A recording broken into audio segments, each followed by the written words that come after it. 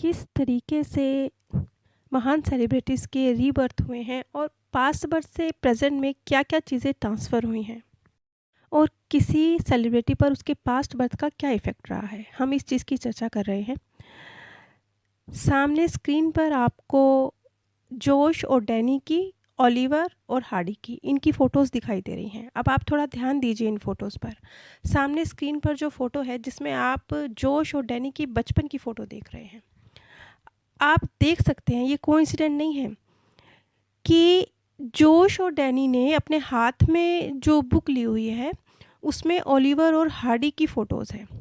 जो ये रिसर्च शुरू होती है इसकी शुरुआत ही लगभग 2006 में हुई है, क्योंकि 2006 में ही सैमविक को इन डैनी और जोश के विषय में पता चला। तो वहाँ से तो इस रिसर्च की शुरुआत हुई है। लेकिन उससे बहुत पहले, क्योंकि ये जो फ़ोटो आप सामने स्क्रीन पर देख रहे हैं, ये लगभग 1980 के आसपास की फ़ोटो है। जब बच्चे रहे होंगे जोश और डैनी उस समय, या शायद ये उससे भी पहले की फ़ोटो है।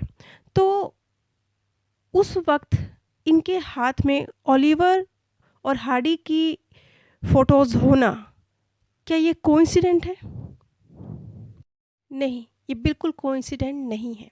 अब आप दूसरी फ़ोटो पर गौर कीजिए। इसमें आप देखेंगे कि ओलिवर, डैनी, जोश और हार्डी, इनकी फ़ोटोज़ आपके सामने हैं। आप देखिए कि इनका जो कॉमेडी करने का स्टाइल है, जो फेस एक्सप्रेशन ये लोग देते हैं कॉमेडी करते वक़्त, वो ओलिवर और हार्डी से कितने मिलते-जुलते हैं। ये आपको फ़ोटोज़ देखकर क्लियर हो ही रहा होगा।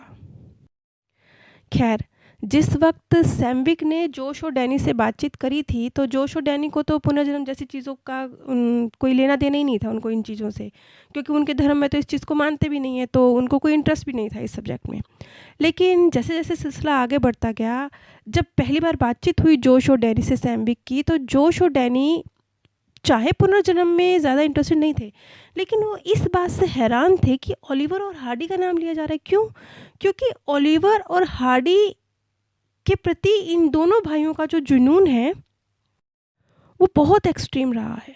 बचपन से दोनों बहुत ज़बरदस्त फ़ैन रहे हैं ओलिवर और हार्डी के। अब जिस वक़्त सैमविक की मुलाकात होती है जोश और डैनी से, उस वक़्त तो जोश और डैनी कोई नामचीन व्यक्ति तो थे नहीं, उनके बारे में कोई कुछ जानता नहीं था। और ना ही कभी उन्होंने कोई अपना ऐसा कोई इंटरव्यू दिया था जिसमें उन्होंने ये बताया था कि हाँ, वो ओलिवर और हार्डी के फ़ैन हैं। पर नहीं, वो हार्डकोर फ़ैन थे ओलिवर और हार्डी के। यहाँ तक कि बचपन में वो उनके मम्मी-पापा बताते हैं कि वो बच्चों के लिए टॉय खरीदा करते थे। डैनी जब बड़े भाई थे, तो उनके लिए जब टॉय लिए जाते थे, तो उन्हें ओलिवर और हार्डी के जो गुड्डे-गुड़िया होते थे, वो पसंद आते थे। तो उनके मम्मी-पापा बच्चे की पसंद को ध्यान में रखते हुए ओलिवर और हार्डी वाले टॉय उनके उनके लिए खरीद के देते थे। और डैनी इतना खेला करते थे उन टॉयज़ के साथ कि जब तक जोश का बर्थ होता है, जो उनका छोटा भाई है, तब तक वो खिलौने एकदम टूट-फूट गए थे, उनके सिर्फ़ सिर-सिर बचे थे। लेकिन जोश को भी इतना ज़्यादा प्यार था ओलिवर और हार्डी के उन टूटे हुए खिलौनों से कि वो उन खाली सिर रह गए थे उन खिलौनों के, लेकिन उनके साथ भी बहुत खेला करते थे। और इतना प्यार था कि आज तक उन्होंने, जब उनकी सैमविक से मुलाकात हुई है, तब तक भी उन्होंने वो टूटे हुए खिलौने, जिनके सिर्फ़ सिर-सिर बचे थे, वो भी सँभाल के रखे हुए थे, जो कि ओलिवर और हार्डी के कार्टून थे। अब बात सिर्फ यहीं ख़त्म नहीं होती।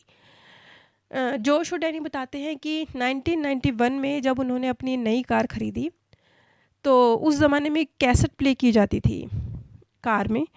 तो उन्होंने स्पेशली ओलिवर और हार्डी के जो संगीत था, जो उनकी फ़िल्मों का संगीत था, जबकि जो ओलिवर और हार्डी हैं वो मूक फ़िल्मों से काम करते आ रहे हैं। उसके बाद फिर बोलती फ़िल्मों का दौर शुरू हो गया, तो उन्होंने उसमें भी काम किया। तो जो उनकी बोलती फ़िल्मों के गाने थे, जबकि कोई मतलब नहीं था, ये 1991 की बात है, उस ज़माने में तो बहुत सारे नया संगीत आ चुका था। लेकिन नहीं, वो इतना पुराना संगीत ओलिवर और हार्डी के ज़माने का, वो जोश और डैनी को इतना पसंद था कि उन्होंने स्पेशली एक कैसेट बनवाई, जो वो अपनी कार में प्ले किया करते थे, जिसमें ओलिवर और हार्डी की फ़िल्मों के गीत हुआ करते थे। खैर, अब आप समझ सकते हैं कि क्यों जब ओलिवर और हार्डी का नाम लिया, तो जोश और डैनी के मन में एक उत्साह सा आ गया कि क्या क्या कहा जा रहा है। क्यों? क्योंकि कैसे कोई बात कर सकता है जिसके प्रति उनकी इतनी दीवानगी है, कोई अनजान व्यक्ति कैसे जान सकता है?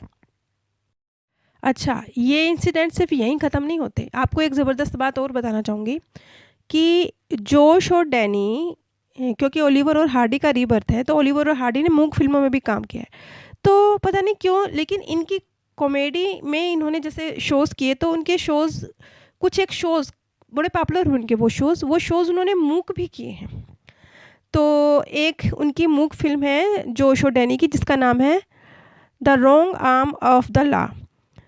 ये जो फ़िल्म है, इस फ़िल्म के जो राइट हैं वो जोश और डैनी ने डॉक्टर सैमविक को दिए हैं। तो आप अगर इस फ़िल्म को देखना चाहते हैं तो आप www.reincarnationresearch.com इस पर जाकर इस फ़िल्म को देख सकते हैं। रिकार्निएशन एक्सप्लोरेशन के साथ। जब आप इस फ़िल्म को देखेंगे और आप ओलिवर और हार्डी की फ़िल्मों को देखेंगे क्योंकि दोनों ही फ़िल्में आपको नेट पर ईज़िली मिल जाएँगी। आप देखेंगे तो आप समानता महसूस कर पाएँगे, इनकी कॉमेडी स्टाइल में समानता महसूस कर पाएँगे। अब यहाँ मैं एक बात और कहना चाहूँगी कि कुछ खेल ये कुदरत भी खेलती है। जैसे कि अब ये बात है जनवरी 2006 की। तो डॉक्टर सैमविक की एक मित्र हैं हैरियट। तो क्योंकि इस पुनर्जन्म के सब्जेक्ट पर डॉक्टर सैमविक के भी शोज़ होते रहते हैं, उनके वो जानकारी प्रदान करते रहते हैं इस विषय पर। तो उनकी एक प्रस्तुति थी, इसके लिए हैरियट ने उनसे संपर्क किया कि क्या संभव है कि वो जनवरी में 2006 की बात है ये, आ सकें और हैरियट का एक प्रोग्राम है, उसमें इस विषय पर बोल सकें। जब हैरियट ने उनसे ये कहा तो डॉक्टर सैमविक ने इनकार कर दिया। उन्होंने कहा कि नहीं, इस वक़्त जो उनकी खोज है वो ओलिवर और हार्डी का रीबर्थ उन्हें मिला है, तो उस सब्जेक्ट पर उनकी खोज चल रही है और रिसेंटली शोज़ होने वाले हैं जोश और डैनी के न्यूयॉर्क में, तो ये वहाँ पर रहेंगे, इसलिए ये हैरियट का जो शो है उसमें भाग नहीं ले पाएँगे। तो हैरियट ने फिर उनसे बड़ा निवेदन किया कि बताएँ कि ओलिवर और हार्डी का रीबर्थ कौन है? तो पहले तो डॉक्टर सैमविक ने इनकार किया, क्योंकि वो नहीं चाहते थे कि जब तक पूरी रिसर्च उनकी ख़त्म नहीं हो जाती, पूरे सबूत हाथ नहीं लग जाते, जब तक खुद जोश और डैनी इस चीज़ के लिए हाँ, आप बता सकते हैं, एक रज़ामंदी नहीं दे देते, तब तक वो इस चीज़ को किसी के सामने पेश ना करें, वो ये चाहते थे। लेकिन हैरियट ने उनसे बहुत प्रार्थना की कि प्लीज़ उन्हें बताएँ और वादा भी किया कि ठीक है, वो किसी को नहीं बताएँगी कि ओलिवर और हार्डी का रीबर्थ के ऊपर इस तरीके से रिसर्च चल रही है। तो बहुत बार कहने के बाद डॉक्टर सैमविक ने उन्हें बताया कि किस तरीके से जोश और डैनी नाम के 2 लड़के हैं और वो ओलिवर और हार्डी का रीबर्थ है, इस विषय पर बात चल रही है। तो अब हैरानी की बात ये हुई कि हैरियट को जैसे ही जोश और डैनी के विषय में बताया गया, तो हैरियट ने कहा कि हाँ, मैं इन दोनों को जानती हूँ। कैसे? अब वो जोश और डैनी को कैसे जानती हैं? उसने कहा कि मैं वेन हाई स्कूल में पढ़ाया करती थी, उस वक़्त जोश और डैनी मेरे स्टूडेंट हुआ करते थे। अब वैसे तो ये भी एक चमत्कार सा ही है ना, लेकिन सैमविक को हैरानी नहीं हुई। वो समझ रहे हैं कि किस तरीके से जब पास्ट हमें तो चलो पता नहीं है अपना पास्ट बर्थ ना, तो हम इन चीज़ों को इस तरीके से नहीं समझ सकते। लेकिन आपके जीवन में जो बहुत कुछ घटित हो रहा है, बहुत कुछ जो आपके जीवन में लोग आ रहे हैं, जो घटनाएँ घट रही हैं, वो कनेक्टेड होती हैं आपके पास्ट बर्थ से।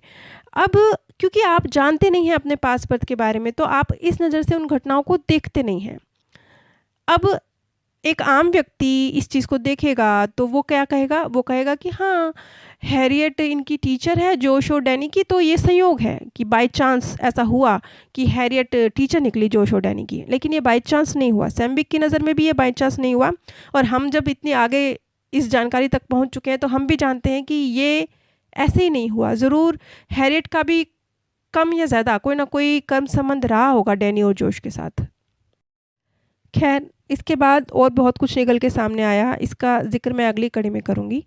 नीचे डिस्क्रिप्शन बॉक्स में मैंने आप सभी के साथ इस वीडियो के पिछले भाग का लिंक शेयर किया है और इस वीडियो की आने वाली कड़ी का लिंक भी मैं शेयर करूँगी, नीचे डिस्क्रिप्शन बॉक्स में ही।